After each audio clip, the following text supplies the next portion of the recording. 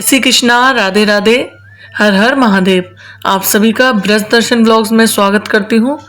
आज के इस खास वीडियो में हम बात करेंगे कि महाशिवरात्रि पर जो प्रयागराज में गए हुए हैं कुंभ स्नान के लिए, क्योंकि ये सब जानते हैं उस दिन आखिरी स्नान होगा, उस दिन जो है कुंभ स्नान का अंतिम दिन होगा। तो वो क्या क्या दान कर सकते हैं वहाँ पर जाकर, और जो महिला गई हुई हैं तो महिलाएं मासिक धर्म में कैसे स्नान करें और क्या दान करें, महिलाओं के लिए क्या ज़रूरी है वहाँ आखिरी दिन दान करना, और जो नहीं गए हैं वो उस दिन शिवरात्रि के दिन घर पर ही शाही स्नान कैसे करें। तो ये सब जानकारी आज की वीडियो में मिलेगी, तो आप वीडियो में अंत तक बने रहिएगा और जानकारी का लाभ उठाइएगा। महाकुंभ अब अंतिम दौर में है, ये सबको ही पता है कि महाशिवरात्रि वाले दिन अंतिम स्नान होगा। महाशिवरात्रि का पावन पर्व महादेव जी को समर्पित है। मान्यता है कि महाशिवरात्रि पर तीर्थ स्थल पर पवित्र स्थान और भोलेनाथ देवी पार्वती जी की पूजा करने से साधक के सभी कष्टों का निवारण होता है और उनके भाग्य में बहुत वृद्धि होती है। 26 फरवरी को महाशिवरात्रि पर प्रयागराज में चल रहे महाकुंभ का समापन हो जाएगा। पौराणिक कथाओं के अनुसार महाशिवरात्रि भगवान शिव और देवी शक्ति का दिव्य मिलन हुआ था। इस पवित्र दिन त्रिवेणी संगम काशी में या फिर त्रिवेणी संगम में आस्था की डुबकी लगाने से आध्यात्मिक ज्ञान, शांति और भगवान शिव का विशेष आशीर्वाद प्राप्त होता है। वैसे महाशिवरात्रि पर संगम में स्नान को अमृत स्नान की मान्यता नहीं मिलेगी, क्योंकि अमृत स्नान तब होता है जब सूर्य मकर और बृहस्पति वृषभ राशि में हों, लेकिन अब सूर्य कुंभ राशि में गोचर हैं, इसलिए महाशिवरात्रि पर शाही स्नान होगा, अमृत स्नान नहीं होगा। लेकिन इसका मतलब यह नहीं है कि आप पुण्य लाभ से वंचित होंगे। महाशिवरात्रि पर शाही स्नान का विशेष महत्व और इसे आप घर पर भी कर सकते हैं। जो लोग त्रिवेणी संगम नहीं जा पाए, प्रयागराज नहीं जा पाए हैं, वो आप घर पर भी शिवरात्रि वाले दिन स्नान कर सकते हैं। खासकर महिलाओं के लिए कुछ विशेष नियम बताए गए हैं जिनका पालन करने से स्नान का पूरा पुण्य मिलेगा। अगर आप तीर्थ यात्रा पर नहीं जा पा रहे हैं तो घर पर ही महाकुंभ के शाही स्नान का लाभ उठा सकते हैं। इसके लिए सूर्योदय से पहले उठें। स्नान का श्रेष्ठ समय ब्रह्म मुहूर्त या सूर्योदय से पहले ही होता है, तो सूर्योदय से पहले उठें।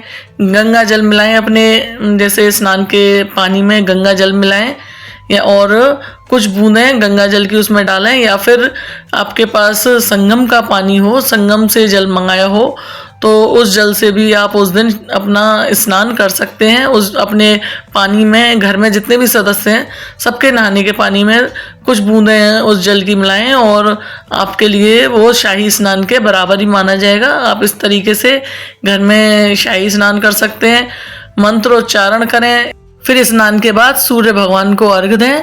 साफ वस्त्र धारण करके सूर्य देव को जल अर्पित करें। महादेव जी का जैसे अभिषेक करें, किसी शिवालय में जाके शिवलिंग पर जल, दूध, घी, शहद और गंगा जल से अभिषेक करें। फिर दान करें, जैसे ज़रूरतमंदों को अन्न, वस्त्र, चावल, दूध, दही, घी आदि इन चीज़ों का शिवरात्रि के दिन दान करें। और पितरों के निमित्त दान भी बहुत पुण्यदायक माना गया है, तो पितरों के निमित्त भी इस दिन दान करें।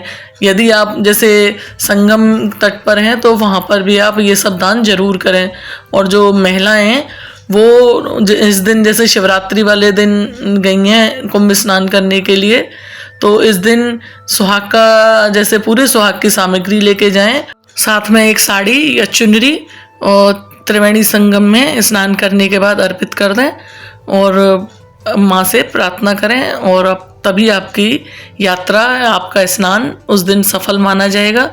शिवरात्रि वाले दिन महिलाओं को ये काम जरूर करना है। अगर हम त्रिवेणी संगम में स्नान कर रहे हैं, प्रयागराज में हैं, तो दान पुण्य जरूर करें, अपने पितरों के नाम से दान पुण्य करें, और सुहाग सामग्री और वस्त्र, साड़ी या चुनरी, ये सब त्रिवेणी संगम में आप विसर्जन कर दें।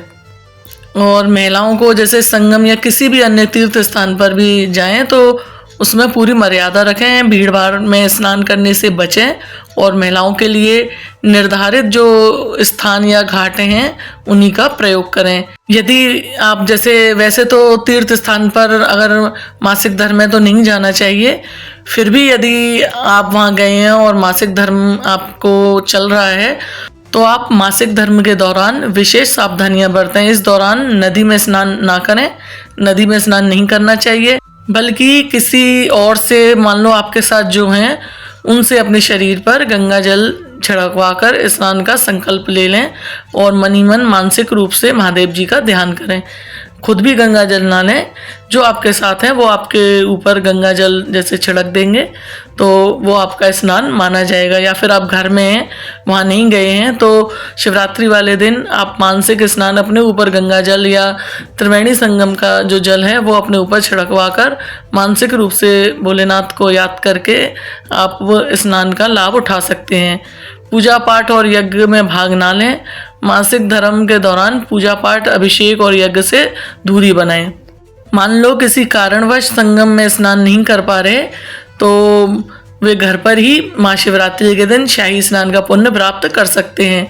गंगा जल में मिले जल से स्नान करें और भगवान शिव की आराधना करें। मान लो आपके पास त्रिवेणी संगम का भी जल नहीं है तो गंगा जल हर घर में होता है, तो अपने जो नहाने का जो जल है, घर के हर सदस्य के नहाने के जल में शिवरात्रि वाले दिन गंगा जल मिला दें, जो गंगा जल है उसे मिला दें और स्नान करें और भगवान शिव की आराधना करें, तो आपको वही फल प्राप्त होगा।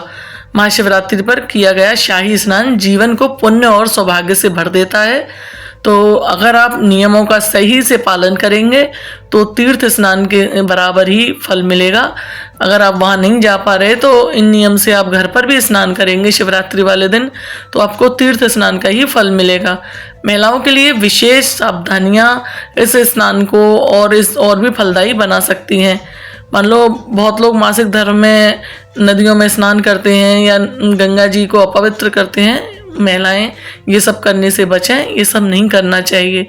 जो आपको नियम बताए गए हैं उन नियमों का पालन करें तो आपको पुण्य अवश्य मिलेगा। आज के लिए इतना ही। आप में से महाशिवरात्रि पर शाही स्नान कौन करने गए हैं ये बताएं और घर में किस किस ने ऐसे शाही स्नान किया है वो भी कमेंट में ज़रूर बताएं। और वीडियो पसंद आए तो लाइक करें और इसे अपने परिवारजनों के साथ साझा करें। चैनल को सब्सक्राइब करें और बेल आइकन जरूर दबाएं ताकि आपको ऐसी आध्यात्मिक जानकारी मिलती रहे। धन्यवाद। राधे राधे। हर हर महादेव।